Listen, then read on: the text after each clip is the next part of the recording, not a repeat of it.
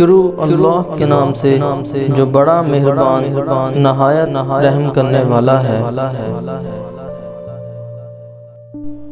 Baghdad کے بازار میں ایک حلوائی صبح اپنی دکان سجا رہا تھا کہ ایک فقیر آ نکلا تو دکاندار نے کہا کہ بابا جی آؤ بیٹھو۔ فقیر بیٹھ گیا۔ حلوائی نے گرم دودھ فقیر کو پیش کیا۔ فقیر نے دودھ پی کر اللہ تعالیٰ کا شکر ادا کیا اور اس حلوائی کو کہا کہ بھائی تیرا شکریہ، یہ کہہ کر فقیر چل پڑا۔ بازار میں ایک فاحشہ عورت اپنے دوست کے ساتھ سیڑھیوں پر بیٹھ کر موسم کا لطف لے رہی تھی۔ ہلکی بوندا باندی ہو رہی تھی۔ بازار میں کیچڑ تھا۔ فقیر اپنی موج میں بازار سے گزر رہا تھا کہ فقیر کے چلنے سے ایک چھینٹا اڑا اور فاحشہ عورت کے لباس پر گر گیا۔ جب یہ منظر فاحشہ عورت کے دوست نے دیکھا تو اسے بہت غصہ آیا، اٹھا اور فقیر کے منہ پر تھپڑ مارا اور کہا فقیر بنے پھرتے ہو، چلنے پھرنے کی تمیز نہیں۔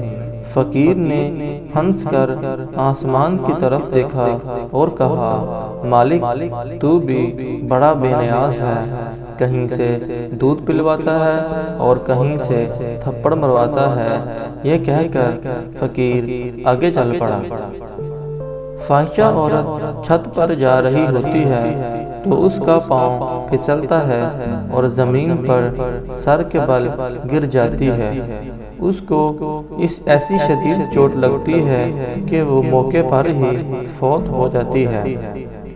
شور مچ گیا کہ فقیر نے آسمان کی طرف منہ کر کے بد دعا دی تھی، جس کی وجہ سے یہ قیمتی جان چلی گئی۔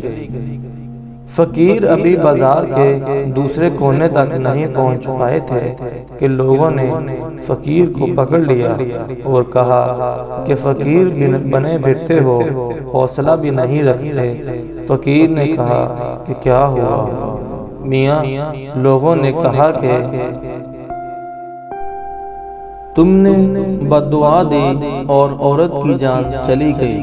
فقیر نے کہا کہ واللہ میں نے تو کوئی بد دعا نہیں دی۔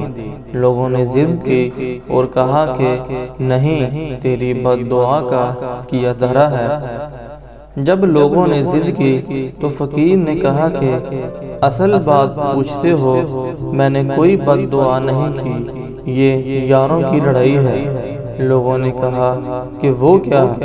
فقیر نے کہا جب میں گزر رہا تھا اور میرے پاؤں سے چھینٹا اڑا اور اس عورت کے لباس پر پڑا تو اس کے یار کو غصہ آیا، اس نے مجھے مارا تو پھر میرے یار کو بھی غصہ آ گیا۔